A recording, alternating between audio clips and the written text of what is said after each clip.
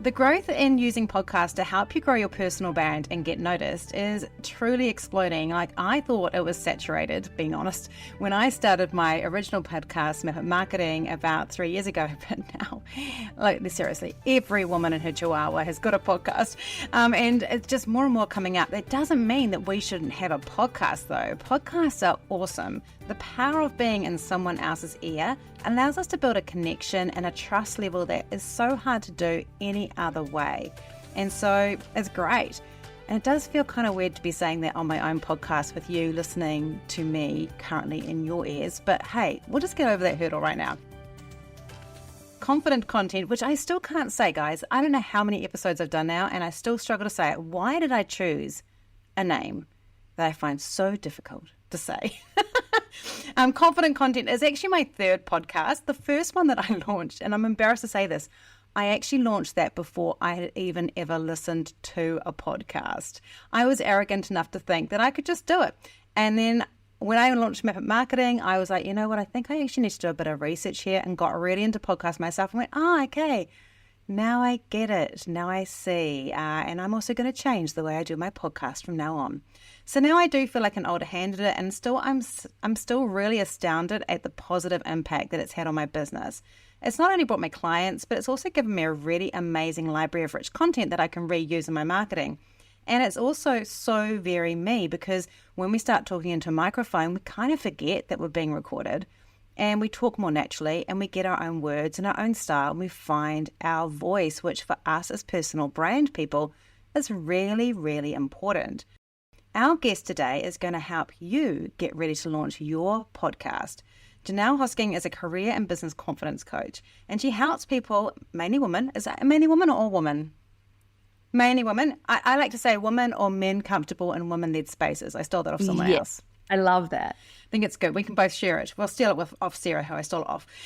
So helps women to progress to that next level of confidence. She helps you raise the bar on your expectations for yourself and your life as you overcome limiting beliefs, people-pleasing, fear of success, fear of failure, and more. So I think it's great that she's talking about podcasting, because I know lots of people have a fear around all the stuff that happens around that. Like, what if no one likes me? What if my voice is squeaky? Why did I do a low voice for that? Who knows? Johnelle launched her own podcast, Get Confident with Johnelle Hosking, within 24 hours of finally deciding she was going to do it. And that's a wow for me, because I'm an overthinker and planner when it came to mine. As a confidence coach and speaker, it was the perfect avenue to build the authority and confidence in who she is, and deservedly so. I do want to just have a little disclaimer here. She did spend 7 years in radio, so she didn't come in completely fresh. And so let's just say that, because I think that's important. So the fear of the microphone wasn't a barrier, and so we're not going to cover that. You can talk to Johnelle if you need confidence out around that sort of stuff. But in this episode, Janelle's going to walk us through all her thought processes, steps and pathways to getting her podcast off the ground, and what she's learned first. Plus, you're going to probably find out just how much more complicated I make it as I talk to her, because, boy, I just overcomplicated it so much. When I taught my coaching group how to do podcasting, I think I actually accidentally vaccinated them against podcasting. So I'm going to send them this one to say, hey, it's easier. So let's all learn from the simplicity of Johnelle launching her podcast in the journey. So welcome to the show, Johnelle. Hi, Rachel. Thank you so much for having me. I'm really excited to be here, and I love podcasting, and everything you said about the value of having a podcast and even being on podcasts is so true. So I love that you are, really keen to help encourage more people to create podcasts. So let's start with a little bit about you first, because obviously we're going to jump into the how-to soon, but tell us a little bit more about you and why you became a confidence coach and kind of that journey and what you do with it. Yeah, so I feel like I've always been a very motivated and determined person. And I think that helped me to gain this sense of confidence, because I knew something I wanted to do. I just went out and did it. I wouldn't let anyone stop me. And I always had that from a very young age. And I think that's actually what allowed me to get into radio, especially so young. I just wouldn't let anybody say no to me. And if they did, I would always say, I'll see you next week and I'll try again. And I love that tenacity. Well, I mean, I was young. I had time, I'm not going anywhere else. I don't want anything else. So I'm just going to keep annoying you until I get what I want. And that ended up happening. So I had this career in radio and I progressed quite quickly. I ended up being on a 3-person breakfast show down in Manawatu, More FM, speaking to about 80,000 people per day. That's awesome. And yeah, and I love using voice. And so I love how you spoke about, being in someone's ears. For me, it's the power of actually utilizing your own voice and helping you to find your own voice. And the podcast is a perfect vehicle for that. And while I was in this radio career, essentially I'd hit the highlight, right? Like the big time. And I just realized I actually don't like this anymore. And this isn't what I want for my life. It's kind of funny when you reach the top of the mountain of something that you've been going for. It's often only in that moment that you realize there was an aspect of that you loved, yes. but it wasn't the whole story. I remember thinking, I modelled at Fashion Week in the plus size division, but I remember thinking I'd always kind of liked the idea of modelling as a thing and so I did it, and I realised I hated being in front of people when I couldn't open my mouth.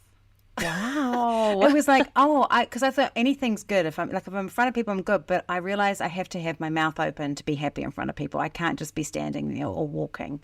Mm-hmm. It was interesting. That's a big realization. And, I had this realization and I was like, well, crap, now what? Because I genuinely envisioned that I would be with this company for my whole life. And I might get sick of being on air one day, but I'll probably go into sales, or, it's a radio or media as an industry where you can have a whole career there and you can just chop and change between different things. And breakfast is a big win. Like breakfast show is like that. Like, okay, it's in Manawatu, but in Manawatu, that would have been the apex of the radio shows. It's that one or the drive time are the two that are the big ones, right? Exactly. And so then the next step would have been, well, let's see if I can go to a bigger region or a bigger station. And so it's that whole thing of, what's the plan if I don't do that? Exactly. And so that time, my confidence absolutely dipped. And that was probably the first time where I was feeling like, well, who am I if I'm not this radio person? What is that identity? And so I went on this whole big journey, a lot of personal and professional development. I got involved in the community. I literally did anything I could to try and find myself again, but without this badge of radio. And within a year, I found my calling in another area, which is helping entrepreneurs to become their best so that they can start and grow great businesses. I ended up doing that for 4 years. I was working with an organization that helps entrepreneurs. So that was awesome. And I got to learn a lot of skills on the job. And then went and worked sales and marketing in a brand new startup. And that was just insane. It was like 2 years of daily anxiety and grinding, because this thing is got a like survive or die kind of thing, because you've invested so much money into it. And I was very grateful to be the first full-time employee in that organization. So I got to be part of the groundwork, and I learned a lot there too. And then it got to the point where I was just like, I love this work, but I want to do this for myself. And I want to actually kind of go back to what I was doing, but as a self-employed person. And so, I took all the skills that I learned from radio and then from helping entrepreneurs and really found that confidence piece as a huge benefit to people. If you don't have confidence in yourself or in your abilities, you're not going to actually do anything. You might always think about doing those things. You might think about starting that podcast, but if you don't feel confident in yourself and your abilities, you won't actually do it, or you'll self-sabotage your way and just deny yourself the experience of living. Yeah, and I was listening to a podcast actually a few months ago, and I really loved it. It was a psychiatrist, and he was talking about how confidence is built. And one of the things I really liked about it from a coaching perspective, that for both you and I, is that he said that it starts with having a really big like a fear of the thing that you are in now is worse than the fear of the thing. You have to choose your fear. But then he said the next step is taking action.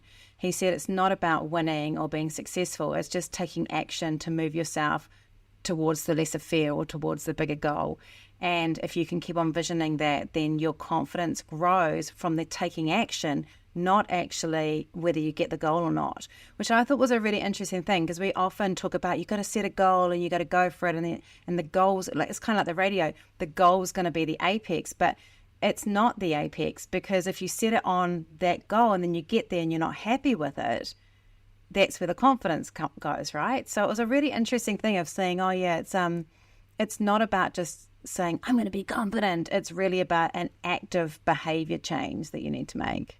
Most definitely. And confidence is the journey. I say to my clients all the time, once someone's been working with me for, maybe we're halfway through our package, they've already built so much confidence, yet I haven't actually given them a how to be confident. Yeah. It's just one step at a time, one daily action, or doing something that scares you. And before you know it, you reflect on who you were even just 6 weeks ago and think, wow, I'm slightly more confident than I was back then. And you didn't actually have any confidence tools other than doing it. Like the action. Yeah, it's that so is fascinating the to thing. me. And I think that our brains get so in the way of this. I had a massive heart condition thing 22 years ago and had to have an operation. And I came out of that and the doctors said, perfectly fine, 100% healed. My brain said, if you exert your heart too much, it will happen again, even though it wasn't that kind of heart problem. And I struggled for years to be confident in so many areas until I had to make a decision to go, maybe I should just test it. Like, what's the worst that could happen? But it's that thing of like, reality was, it was fine the whole way through those years. There was nothing wrong with it the whole way through that, but my brain was the thing that was the barrier. And I do think that is such a fascinating thing that quite often people say, oh, I can't do it because of this. And it's like, why is that the thing that you can't do when we know the truth is this? Truth doesn't make any difference in confidence. It's, we could have the most amazing life and have the most perfect everything around us, but have no confidence. It's not a, if you have these things, it gets better, right? Like I find that really fascinating. The whole puzzle and juggle of who's more confident than other people has nothing to do about our external circumstances. No, and I always believe and tell people that your brain is just trying to keep you safe. Yes, that's so true. And so when you're scared, when you're fearful of something, become friends with that part of you. And I am always encouraging my clients to, become your biggest cheerleader. Talk to that part of you that's scared. And I know you're scared. We've never done this before. That's okay. Let's just have fun with it and let's just try it anyway. Like I remember being a kid and people always say, oh yeah, if you talk to yourself, you're so crazy. And I do not agree with that. I think I have helped myself and my clients have helped themselves just by becoming your biggest cheerleader and talking to yourself. It's so powerful. So the next time your brain's like, oh my gosh, I'm freaking out, I'm so scared, I don't want that heart thing to happen again. Hey, it's okay. You're going to be fine. I understand. Let's just go for it. I love that. And I think that is, I absolutely love that because I think that fear of failure is the thing that stops it. And I do talk to myself. I actually will talk to myself, like especially if I've done something where I'm like, oh, why'd you do that? And I talk myself through it. And then I'll say, and Rachel, it's okay that you're talking to yourself and that it sounds a bit crazy that you're having a full conversation with yourself in the car because you're processing this and this is healing for you. And I just reaffirmed to myself, it's okay to talk to myself. Good on you. I love that. Okay, so let's talk about the fear of starting a podcast and taking it by the reins and starting it. So do you want me to tell me the story of like that journey of deciding to have a podcast to launch, like what that looked like for you and when that happened? Sure thing. So when I left radio, I always knew that I wanted to start a podcast because, again, I love using voice. But I kind of like you with that heart example, I didn't actually give myself permission. I waited 4 years. So when I say I started my podcast in 24 hours, I did, but I waited 4 years. Yeah, I waited that's 4 so years interesting to actually give myself permission. And I would have people ask me quite regularly, when are you going to start a podcast? What are you going to do it on? And my excuse, which is I guess part of my advice actually, is I didn't have a topic that I really cared about enough. I hadn't landed on something yet. I didn't have something that inspired me that I thought I could talk about for days on end. And when that landed, when this theme of I want to share with people how they can become the most confident version of themselves, when that landed with me, that's when I was able to make the podcast. I find it really interesting because I say that to people with content when they're like, I don't know how to write my content, I don't know what to do. I was working with a client yesterday who's got massive blocks. Like when I start talking about it, she just freaks out. And I said, the problem is you keep on thinking about the stuff you should be talking about.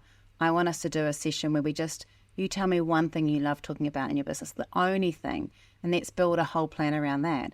Because we can't do the thing unless we've got something that's fired us enough to push us through the pain barrier, right? Of doing it, and inertia. So you had that idea. So when did you have that idea? What made you? When was the day you had that idea? Was it like, what time of the year or sort of thing was it?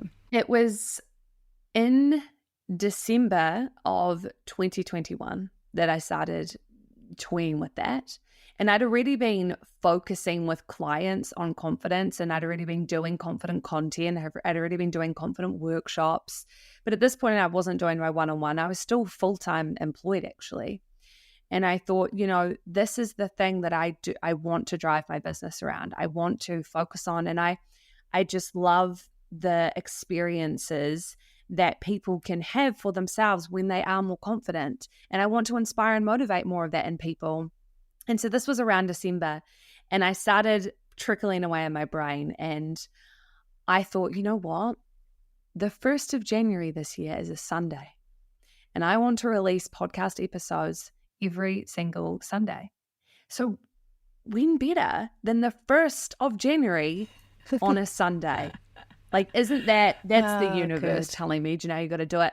But I had a barrier where our friends were coming to stay. And so I said to myself, Johnelle, I want you to be present with your friends, but if they leave early, the 1st of Jan, you are locking yourself in the office and you're going to put an episode live that day. They ended up leaving 10:30 a.m. on New Year's Day. Oh, perfect. And I spent the next few hours in the office, and before I knew it, I had my first podcast episode. Okay, so I find that so crazy, because even like with confident content, which is the third one, I thought about it. I have all these, because I have all these other things I feel I need to do beforehand, which you obviously didn't do any of those things, and you're still here. What are those things? Tell me, because I can tell you. Things like I made sure that my artwork was already sorted, that it had been loaded up onto all the directories so that everything was ready to go. So they were kind of fed. So when I loaded it up, it was available on all the networks. So when I registered it on all the different networks, I used Podpage, which has like a little thing. So I had it like with all the SEO. So that was already ready to go. I had created I did some like lead ups. I think the difference was that what I like is we came at it from different stages. I had an established business already. Yours was in an emerging stage. So for you, there was time to kind of do those things. For me, the journey of going into that new podcast was part of my marketing strategy. Absolutely. Of building that audience excitement, expectation. So it comes from a different place. Plus, I really wanted to rank at the first week it came out.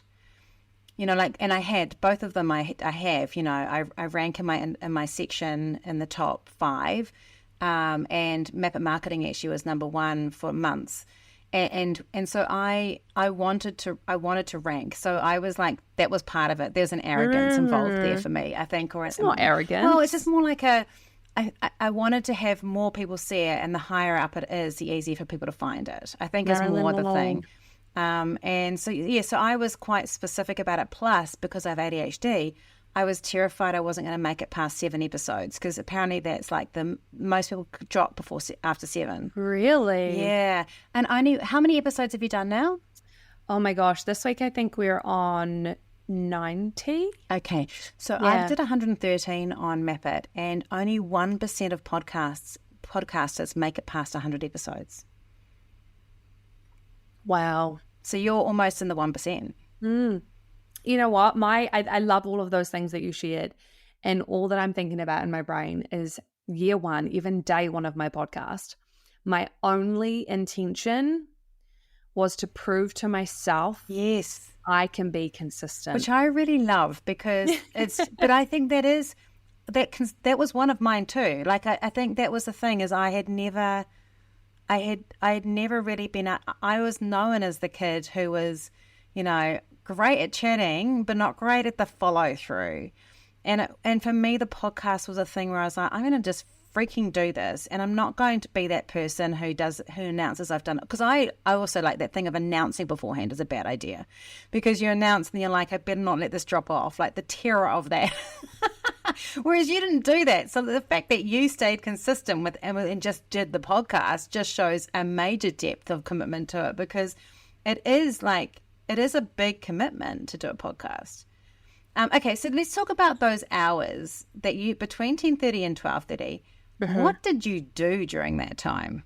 Okay, so we have 3 phases. One is planning, the second is creating, and then the third is launching.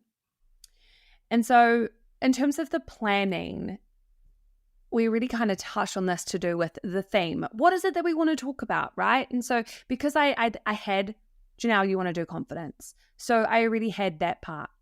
Then it was who is this for? And because between you and I, different stages of business, I was still trying to figure that out. And so for me, who I was talking to was really fascinating. It was actually a visual of a woman who had come to one of my confident workshops that I was doing. And I just kept that person in my mind the whole day. And even when I was recording, I just imagined that I was talking to her. And that's something that I got taught in radio. I used to be really, as you would imagine, really nervous talking behind the microphone, knowing how many thousands of people were listening. And someone said to me, you should use the computer and put a photo of your best friend up on the screen. And when you talk, just talk to her. I love that because that's why I love the camera, because I just pretend the camera is my best friend. I love it. And the same with the microphone. I just feel like I agree with that. I think that that's one of the things that people just kind of freak out is they're thinking, who will hear this? Well, the thing is that it is just one person you're only ever talking to. With a podcast specifically, not so much in a big group. Like you could speak at a conference and there's more people and there's this interaction and energy in that room. But in a podcast, like anyone that's listening to this now, you're probably by yourself with your headphones in. And most people don't listen to it. It might be in the car. But you're generally by yourself. So if you're going, hey everybody, it's kind of missing the mark. It very much is an intimate relationship with the listener. Absolutely. And it's exactly the same. When you listen to the radio, they're talking to one person. Yeah. They know there are thousands, if not hundreds of thousands of people listening, but they talk to you. Yeah. They say, you lovely listener, how are you today? Yeah, I've just discovered this term. I actually had known before, but I'm really into it at the moment, called parasocial relationships. And I think one of the things that podcasts do is they help you develop parasocial relationships with the people you're listening to. Like I think you probably would have had the same with clients where, you'll be talking and they'll go, oh, in episode such and such, you talked about such and such. And you're like, I don't even remember what I said there. But people really take it in. Yeah, they do. They do. It's amazing. I go to a networking group and one of the ladies there religiously listens to my podcast every single week. And this week she actually asked me in front of everybody some questions based on things that she's heard in my podcast. Yeah, it was. I was like, oh my gosh, this is so nice. It does feel very special, actually. It's an incredible privilege to do it, really. It is. Okay, so in that planning, so you did, you thought about your content theme. You need to think about who your ideal client is. Did you think about things like what sort of length or format? Like, was it going to be you or those sort of things? Yes. Yeah. So that was the next part of the planning was, what's the type? Is this knowledge? Is this how-to? Is it guests? Is it just me? Is it short and sharp or is it long, like Joe Rogan format? And honestly, I just thought, what do I want to do? Because I didn't know anything else yet. I didn't actually know who that target customer was. Yes, I had someone in mind, but I still needed that person to, I guess, affirm for me down the line. And I wasn't going to wait for that. No. So I just decided, what do I want? Well, you know what? I really like listening to episodes that are about 30, 45 minutes. So we'll start there. Me too, yeah. I want to get good at my craft again. So I'm going to mostly do solo episodes in the beginning. So for the first 8 episodes, it was just me. And then I had my first guest on episode 8. So I guess I hit that threshold of 7 episodes. Yeah, it's good. Yeah, it's really good.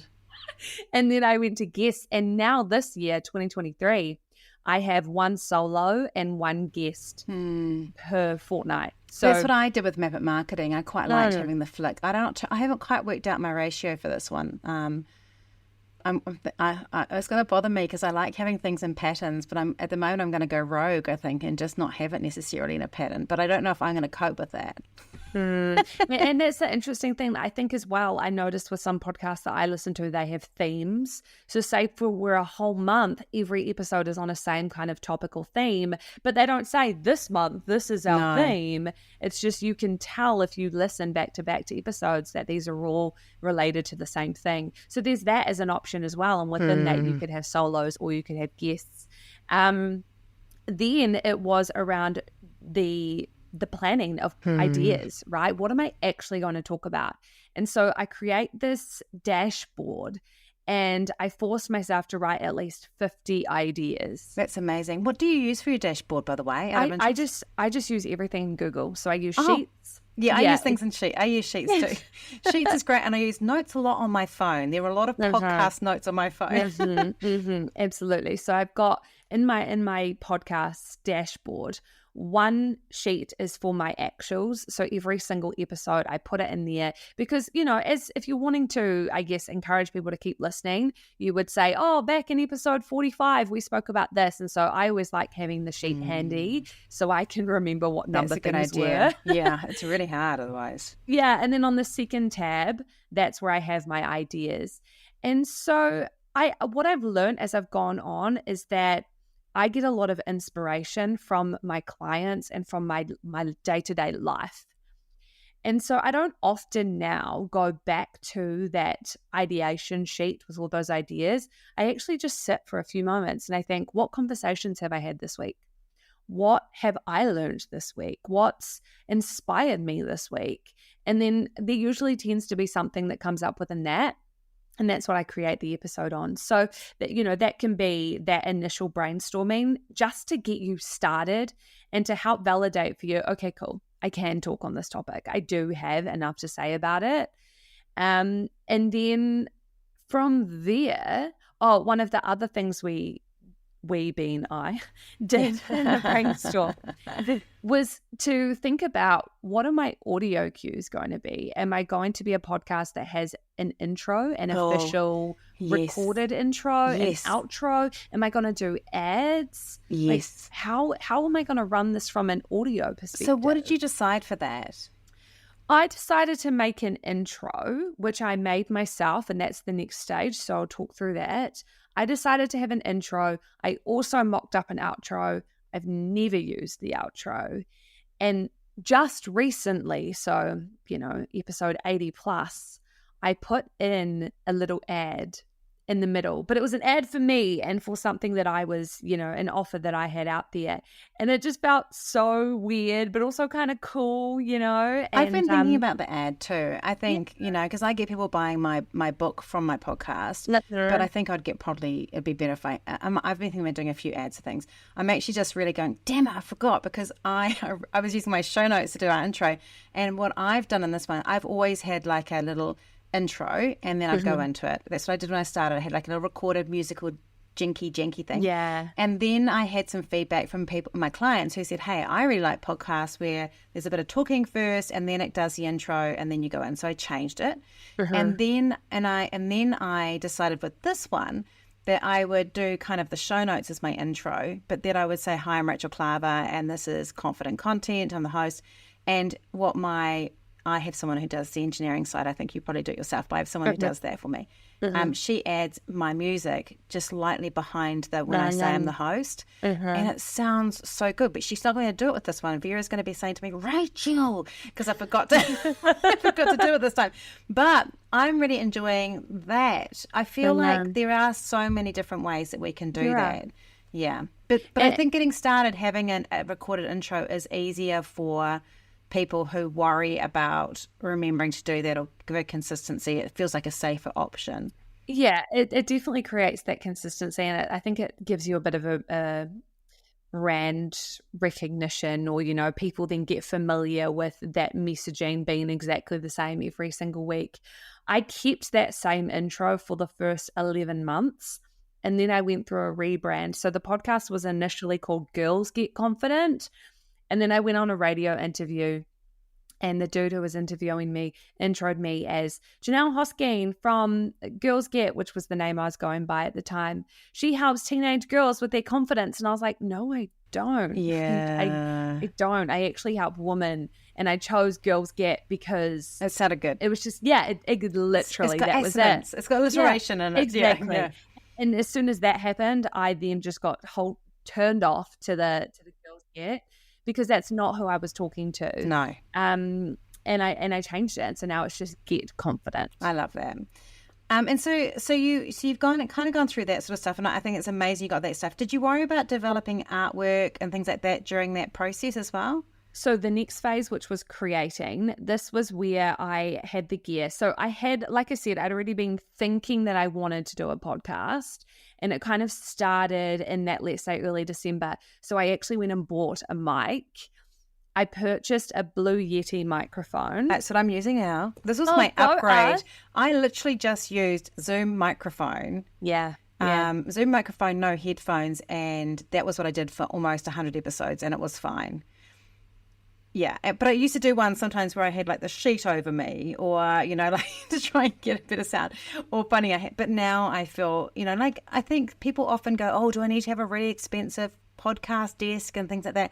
But I actually think before you know you're doing it, starting off with a Yeti is actually a really good space. Yeah, and a Yeti's that $250 price point.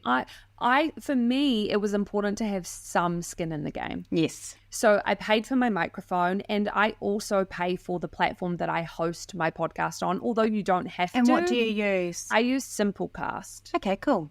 And so I know, sorry. I was going to ask, can you record on that as well, or is it a separate thing to record? It's a separate thing to record. So I was using StreamYard to record, and I got an annual subscription for that. That was recommended to me by another podcast host. Yeah. And I didn't want to use Zoom, and it actually had nothing to do with the visuals, because I knew I wanted to pull visuals to do socials and whatnot.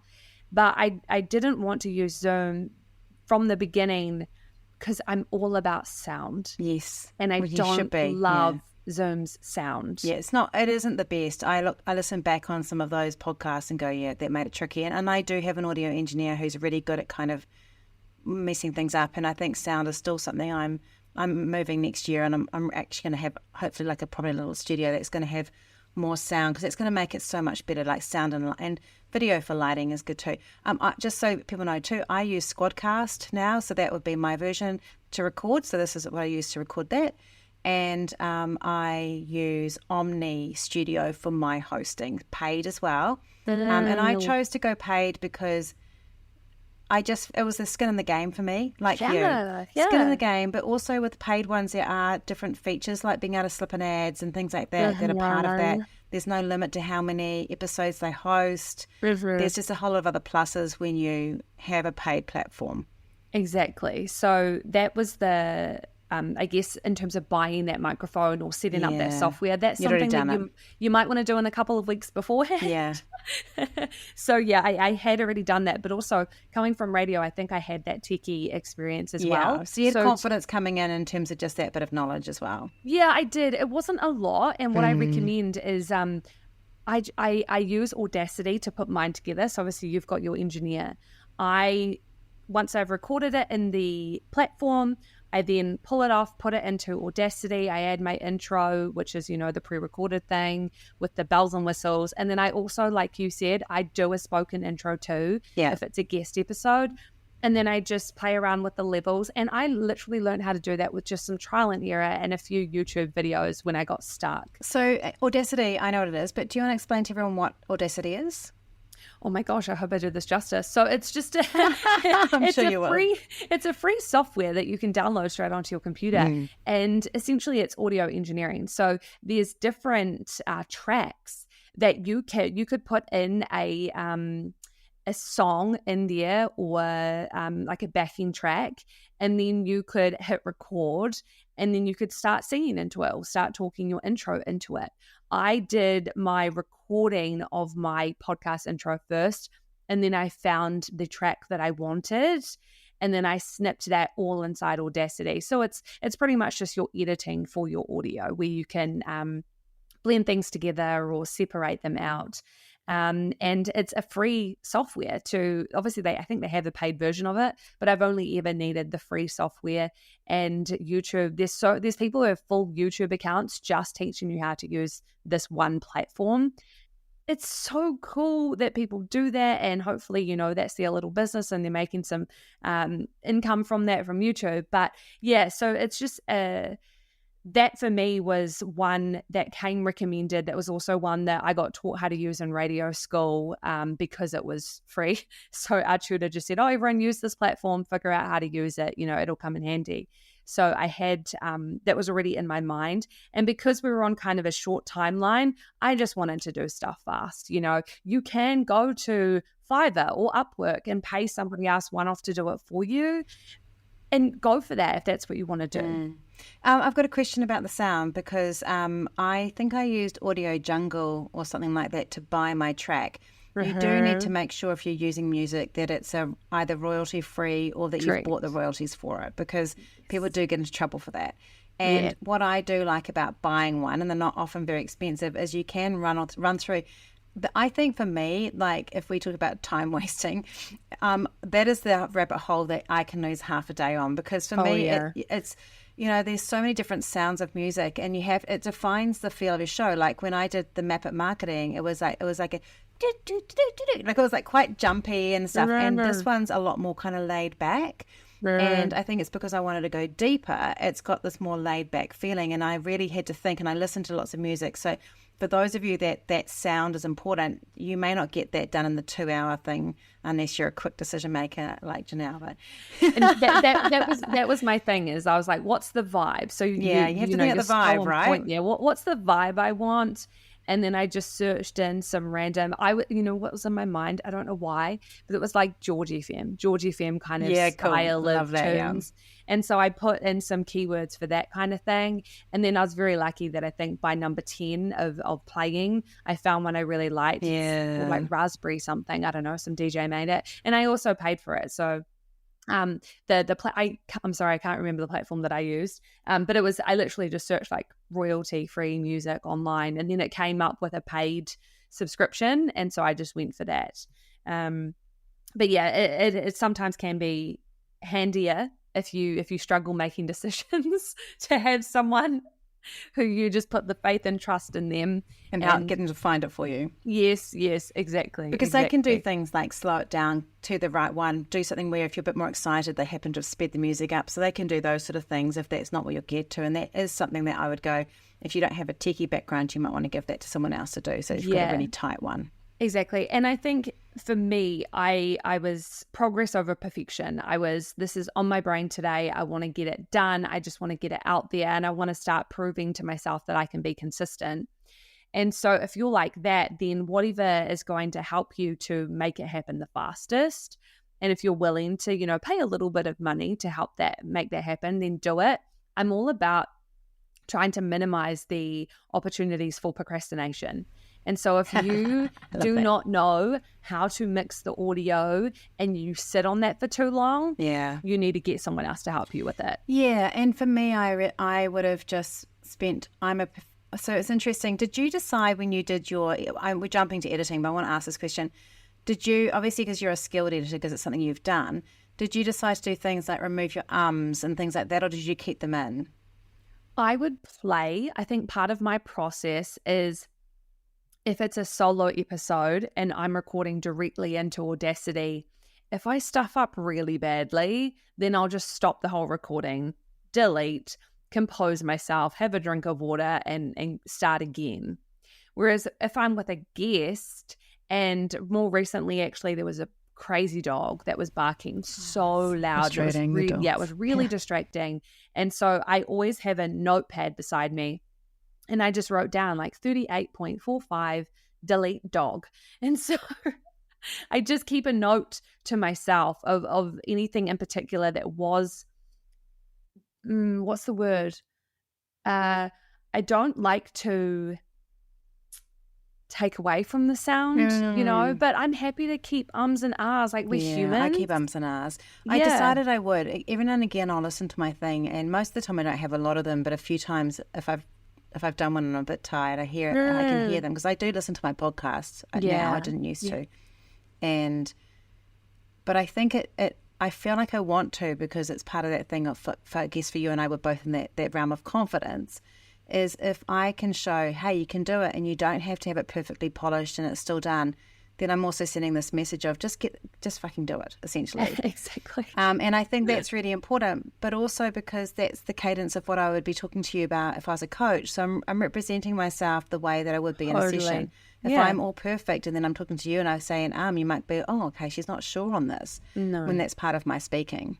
Yeah, exactly. And it's all about that time as well, right? Like we've now got businesses, we've got priorities in other places. A podcast is part of your marketing and you're not necessarily being paid for it. Like, yes, it can bring you work, but you can't spend so much time on it that you're then avoiding that paid work. Yes, exactly. So you've just got to weigh it up. So in Audacity, you wouldn't be going through, you'd just be taking out the big clunkers that you may have noticed. Like, I remember having to do one because I'd forgotten to plug my laptop in and I went, oh, hang on a minute, noted the time. When I plugged my laptop in and we went back into it. So like that got taken out. Yes. So, but yeah, it would be the same sort of thing is just generally just keep going is really important.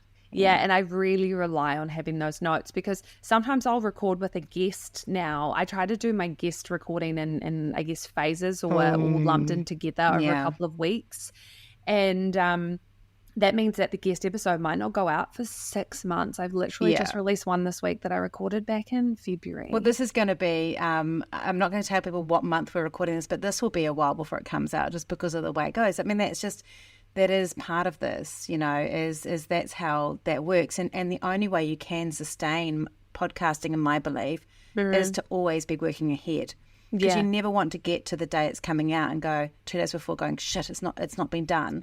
Oh, and I've been there. I've been there too. I have been Saturday night thinking, Johnelle, you don't have an episode to go live tomorrow. Sick. You feel sick. Yeah. You've got to wake up early. Like, I've woken up sometimes at 5 a.m., 6 a.m. on a Sunday just to do it. And then there's other times where I've allowed myself, if I needed it, just to sleep in and make it go live at 10 a.m. Like, it still went live, right? And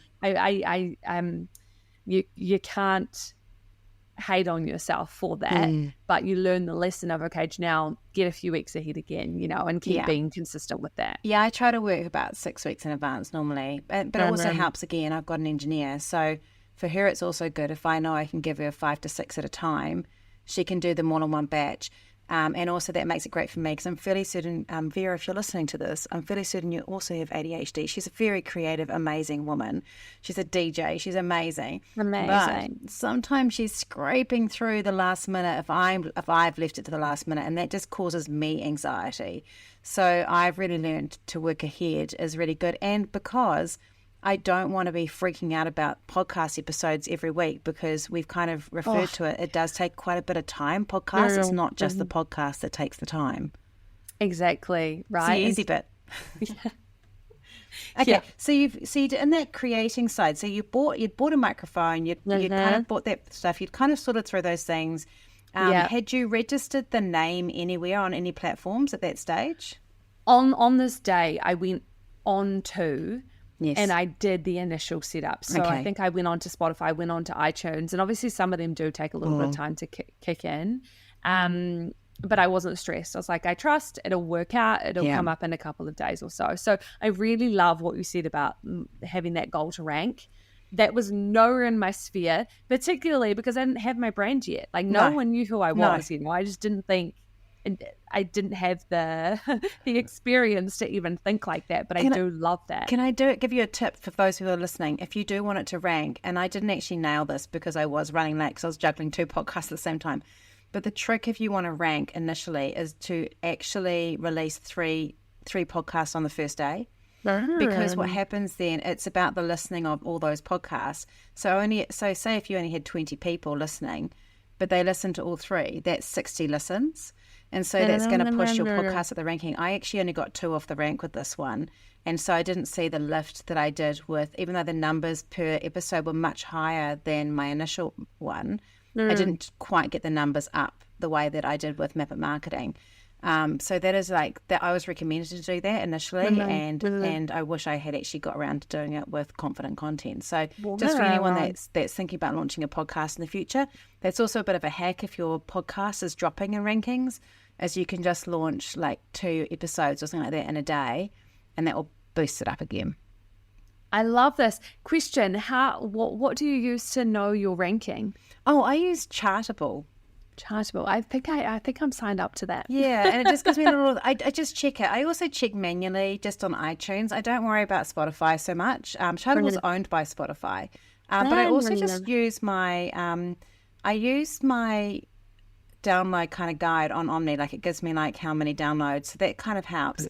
I will tell you that Map It Marketing dropped significantly in downloads this year. Didn't drop in downloads. It increased by 50% in downloads, but dropped in rankings. So I do want to say with rankings, they do give priority to new podcasts. So a podcast that's new might rank higher than a podcast that has higher listening rates, just because they'll push it out. It's kind of like Reels on Instagram. They'll just sometimes push out content and you don't deserve it.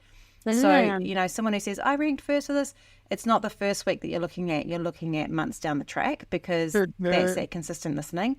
So I'd say that. I'd also say one of the things I did find really interesting is that if it's got enough ranking in New Zealand, then what they do is they try it out in different audiences. So I would suddenly rank high up in Ireland, for example, and then they'd test it there. And then if I didn't get the listeners having it highly ranked, they'd just drop off again.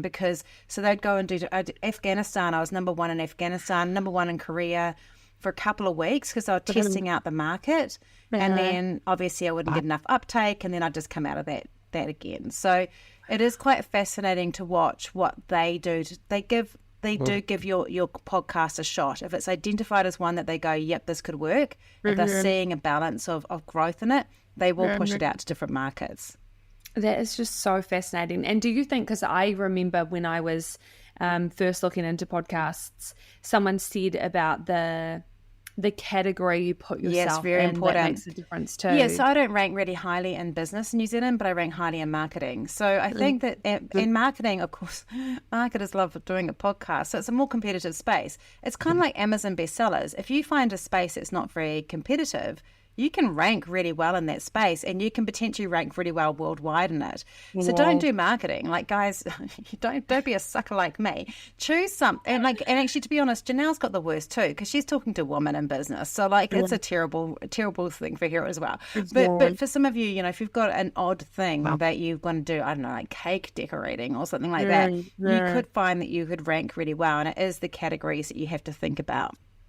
I actually put mine into how to. Yeah. And I'm just looking at Chartable now, and it's telling me that I'm ranked 136. Yes. And it looks like the first one on a how to is a 10-minute homeschooling. So little tips on homeschooling. So different, right? So you might need to change your category. So fascinating. I would definitely put yours in business, because you mainly work with women, right?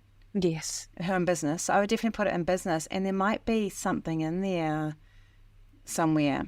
Fascinating. There we go. I'm learning something today. Thank you, Rachel. Yay, well, that's Love good. This. Okay, so you've done your planning, and did you write notes of what your episode? So you had something to guide you, or did you write? Because I've heard people who write a script. I don't write scripts. So I write the show notes script, but besides that, I don't write scripts. Do you do that? So because I want mine to be very practical, I want to have a start, a middle, and an end. Yeah. So I outline, and I would bullet point, and I still do that to this day. I wouldn't do a word for word, but if there was particular stories I wanted to share, I always try to use stories and examples. Yeah. I would, flesh them out a little bit to make sure I'm hitting my point. And I just did that inside my, podcast Google Drive folder. So I've actually got outlines for every single episode. Yeah, and I think that's good, because I know one day I can go back to it and I can make blog posts out of all of that. I will, when I have capacity, be able to utilize that. And like you said in the beginning, use all of that for repurposing moving forward. Can I give you a hack? Yeah. Okay, this is what I'm doing at the moment, because blogging fell by the wayside. So I have an admin person who helps me, but we take the podcast transcript We put it into Otter AI and transcribe it. I've actually got Descript now because it comes with my Squadcast, so I can use that. So I turn it into a transcript, and then I load it up into ChatGPT and say, hi, this is my podcast. Can you please tidy this up into proper sentences? And so I do that. If I've got a guest like you, I'll say, here's just Johnelle's information. Can you pull out 15 quotes? Because that gives me content. But I get that thing. And I say to ChatGPT, can you turn it into just tidy it up? And then I say, thanks. Could you please now, using all my words and phrases, turn this into a blog covering the same material? And so it sounds like me. It's pretty much me. They've just tidied it up. And then that's my blog. Wow. I might have to change a little bit of it. I normally just get my admin person just to basically edit it for my feel because she can write my voice. Which only takes a couple of hours, but it just means I then have a blog on that topic. It's just been the most amazing thing. Yeah, I really need to get into it, but that's a whole other thing. Yeah, that's another topic. But anyway, I thought I'd just pass it on. No, I'm getting off track. Okay, so you did the plan and outline. That's how I do it too. I don't like having a script because I feel like, even with the show notes, I went off a little bit, and that's fine. I can do that, but then I'm worried that I'm missing a sentence, and so I don't want to be thinking about that, and I'm not making eye contact. And even though it's mainly an audio thing, I think making eye contact while you're recording helps you feel like you're talking to a person. Definitely. It's a different cadence. Yeah, it is. And it's nice as well to feel like, you're not alone. Yeah. So with the creating stage, is there anything else in that stage that we've missed? Yes. So this is where we go on to creating those marketing materials. I went into Canva and I just made a little logo. I put a photo of me on there, and I keep it super simple, and I just have that podcast logo as the same logo for every single episode. Oh, that makes it easy. Particularly on the platforms, as in on Spotify, on iTunes, but for socials, I do a custom tile for socials because I don't want my grid to look the same every time. Yeah. And then so I literally just did all of that in Canva, and then from there I would think about how I can, I guess, promote this episode to my email list. And so I would take pretty much what you said you put into ChatGPT, and I would just write a little email that goes out on Monday morning, so the episode goes live on Sunday, and then I'd have that little email on Monday, just trying to let people know if they don't already have their little bell on and don't get notified when the episode comes out. So I think I kept it as straightforward as I could, and obviously I've tried lots of different things over the past almost 2 years now, but the biggest thing for me was just to be consistent every single week. Like for the first year, if I scroll back on my social media, for the first year, which you probably wouldn't advise this, I barely even promoted the podcast. Because it was about me. Yeah. I was so the opposite, because I actually used for a year, and then I got sick of it. I actually used the content of that podcast for the week as my theme for the week, and would use it as my content. And then I just felt like I was getting overwhelmed, so I just pulled back. I've actually been pretty slack with this one. I have posts that automatically go out, but I do have admin support. So when I write my show notes and I do this, that goes off to my engineer. And then I write the show note, the promo post, it goes into a doc, and my admin person manages all that. So once it's done, it's locked and loaded, I don't have to think about it again. So this might go out, 6-8 weeks time, but I've done all the work today, so it's sorted. And that's really helped me. But I am aware that I've got to the point where I can do that. And that's why I really wanted to talk to you, because I think that it's really hard when you're doing it, or when you're having all that external help, because it's an expense. It costs me, I think, about $120 US an episode for Vera to edit it. Might be less, Vera, sorry. Have I upped you by accident? Maybe it's 80 US. I don't know, 80 US for her to do that. And she's really qualified. I have my admin person that takes a couple of hours for her to do those sort of things. We're about to do clips of video, and she's going to be doing that. And I use Opus Pro. And it takes it and it automatically subtitles it, and it chooses for keywords what you're doing. But that takes energy and time to create a process and work through what you want to do. And it's hard when you're juggling that with everything else. Yeah. So I'm glad that you touched on that, because that's been something that I did from day one, was I created a process. Yeah. When I created the first episode, I wrote down step by step what I did. Excellent. And then I used that for next week's episode, and so on and so forth. I think you have to be organized if you're going to have a podcast. Absolutely. And do you batch? So you batch your guest ones. Do you batch your solo ones too? Okay. I batch record my guest ones. I haven't got so great at and this is what I was going to say, is learning that I'm taking on now is as soon as I get off a recording, I need to have pre-scheduled the hour following to then edit it, to add my intro, to schedule it, to write that email, to do my social post. All the unpleasant stuff. Yeah, all the unpleasant stuff. Like that's the tidying, that's the finalizing of that process. The best thing I could say to anyone, and I'm saying this lesson learned, is to do it straight away. Yeah. For instance, the episode that's just come out this week was recorded back in February, like I said. I edited it last week. Yeah. It's not a pleasant experience, right? It just makes you feel gross. Yeah, it's challenging. Yeah. So do your future self a favor and do it all the day you record. Yeah, and so for you, like, because obviously we both do it and we've seen results, enough positive results in terms of client growth from doing a podcast. But for you, how many hours a week would you say that podcasts take up for you? Maybe half an hour outlining, 30 to 45 recording, depending if it's a guest. I always allow an hour. Yeah. And then I usually honestly give myself 1 to 2 hours post, because I try to pull social, I try to pull clips and do reels. Yeah. And the platform I use, it's an amazing platform. It's called Veed.io. I've heard of that. That's good. Yeah, and I've used it pretty much since they first came out, right? And so I've been able to progress with them along with their upgrades, which has been so cool.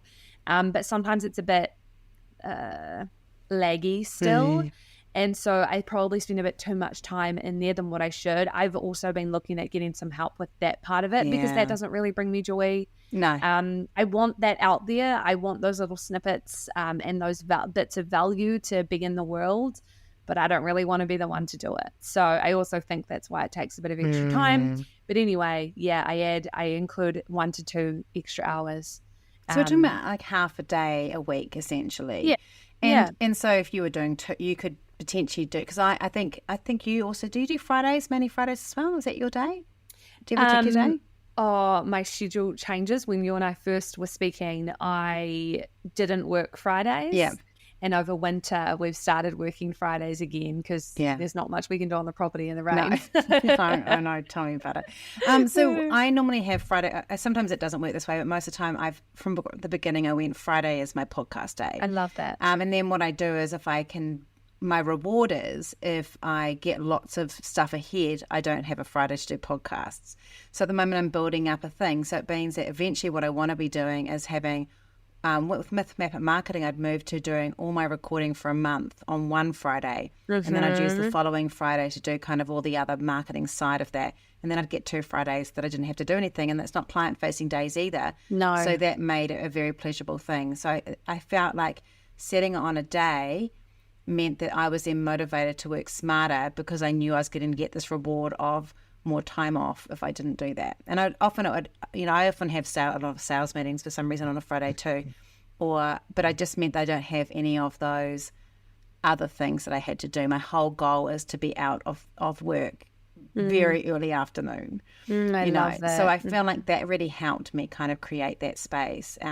So we're going to almost wrap up in a minute, because we could spend a lot of time talking about this. And I have got another person coming on board after this, and so make sure. This has been really good, and I really liked how we walked through this. And I hope for people that have listened have gone, okay, that sounds like it's doable. I know you used Audacity and that you did have some experience in that. Is that probably the most techie part of this that people would get caught up on? Or what's the hardest part, do you think, people would find with podcasting? Is it the content? I imagine they wouldn't be doing it if you didn't have the content. So I wouldn't say the content. Probably that Audacity editing piece. But like I say, if you watch a couple of YouTube videos and just have a play, like be curious with it. Yeah. That's the main thing I always say to people is it's your attitude. If you can be curious about it rather than hating on it, it's going to help you get more familiar with it. So yeah, actually, I agree with you. That would probably have been the thing that took a minute, because for me, I hadn't used it in 8 years, so I was back to being a beginner again. And it still didn't take too long once I'd watched a couple of YouTube videos and reminded myself, Johnelle, just be simple. You don't have to have all the bells and whistles. Just your voice, a music track underneath, turn the music track down. Yes, like a reel. Done. When you add the music, you just turn it down. It's like that. If you've done it on a reel or on TikToks, you can do it on this. It's just generally just put the music down. And, worst comes to worst, if you don't have any music and you just want to talk the whole time, that's also okay. You can choose that to be your format. It's not a problem. So I think that's I agree with you. And I think what I love is it is really simple. So there's some things that you obviously had to do afterwards, like register on all the podcast platforms and things like that. Which, but I like the way that you just kind of started, and it does uncomplicate the whole process. My process is truly like, I had this thing of, I've got a massive spreadsheet. Like I'm not even a spreadsheet person, but it's just got so many different like sheets of different things. It's just over the top. But if people were wanting to starting a podcast and you went back and you kind of looked at, was there anything you would have done differently? I probably would have promoted it more. Yeah. I would have. It's the promotion that's key, eh? Yeah, I would have been more consistent in promoting it, because you're right, it did bring me clients. It actually brought me clients pretty quickly. And so imagine if I'd been promoting it and marketing it more, it would have brought me more clients quickly. And have you seen your numbers grow? Yeah, absolutely. They have grown. They've grown more this year than they did last year. Yeah. And I was listening to Alex Hormozi actually, and he was saying that he had his podcast he did 2 podcasts weekly, I think, 2 episodes weekly. He had his for 4.5 to 5 years before he ever started getting good numbers. Wow. Yeah, I think I had... I started off with around 200 downloads a week because I had promoted it. I don't know what people's numbers are, but near the end with Map It, I was having about 500 a week. And now I've gone to Confident Content, and I'm bound down in the sort of like 150 or 100 to 150. And it is about just maintaining and just keeping going. But I've talked to people who are really happy with their podcast, and they're getting 50 downloads a week. Yeah, exactly. You don't need what I like to say is, if you had 50 people in a room and you were talking to them about what you do, wouldn't you be pretty bloody happy about that? Most definitely. And if they're coming back again next week and listening to you again, and there's like 35 of them are the same, and now there's another new 15 people in there, wouldn't you be pretty bloody happy about that too? So I think like when I think the numbers, if you go, because I remember Dom Harvey released his podcast. Don, I was thinking about him before too. And he was like 2 weeks in, and he goes, I've reached 10,000 downloads. And I'm just like, fuck you, Dom Harvey. I've been doing it for a year, and I've reached I was happy to reach 10,000 in a year, What's so crazy you mentioned Dom is, as we've been talking through this episode, I literally had him and his podcast pop into my mind. That is so funny. And I was like, well, it's great that you've had 1 million, or Girls That Invest. They had their podcast, they got onto Forbes from it, they did all this other stuff, they built this amazing thing. And it's incredible, and that's awesome. But you just focus on doing your lane and trusting the process. And I think the other thing for me is, it's not just the listeners and the business growth, it's the personal growth for you of going, hey, I have got a voice around this, and people aren't recording in horror when they hear my voice. It's okay. And I'm finding the way that I talk and I learn, and I now have a bunch of stuff that if someone's stuck, I can go, hey, I've got a podcast episode on that. Absolutely. I refer my clients to my podcast episodes. Yeah, me too. I'll say, hey, just listen to this one. It will help. Yeah, absolutely. Yeah. Now, if people want to get hold of you, this has been great, by the way, and I really like that it's very simple.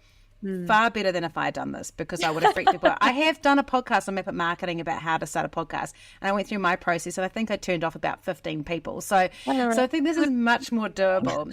So if people want to get hold of you, Johnelle, how do they do that? Cool. So I have a website, JohnelleHosking.com. Hopefully you can link that in the description. I will be doing that. On my pod page thing, it automatically feeds it through, and you get it's just so cool. I'm so into pod page, by the way. That's been my new thing.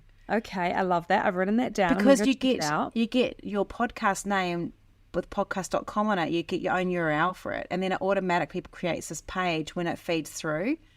And then when they fill the guest forms, you just basically search for it and it pulls through all your information that you fed through to me and you get your own little guest page.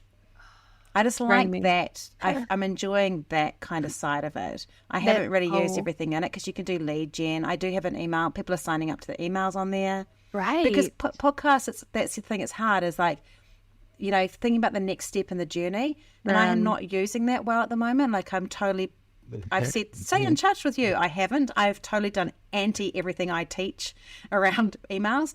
But that pod page has been amazing for me. Like, I really love that. I'll pop a note of it in the show notes so people can check it out if you've got to do it. But yeah, that's great. Yeah, it's pretty cool. So you can just find me on my website, and then I'm also usually on Instagram as well, just Johnelle Hosking.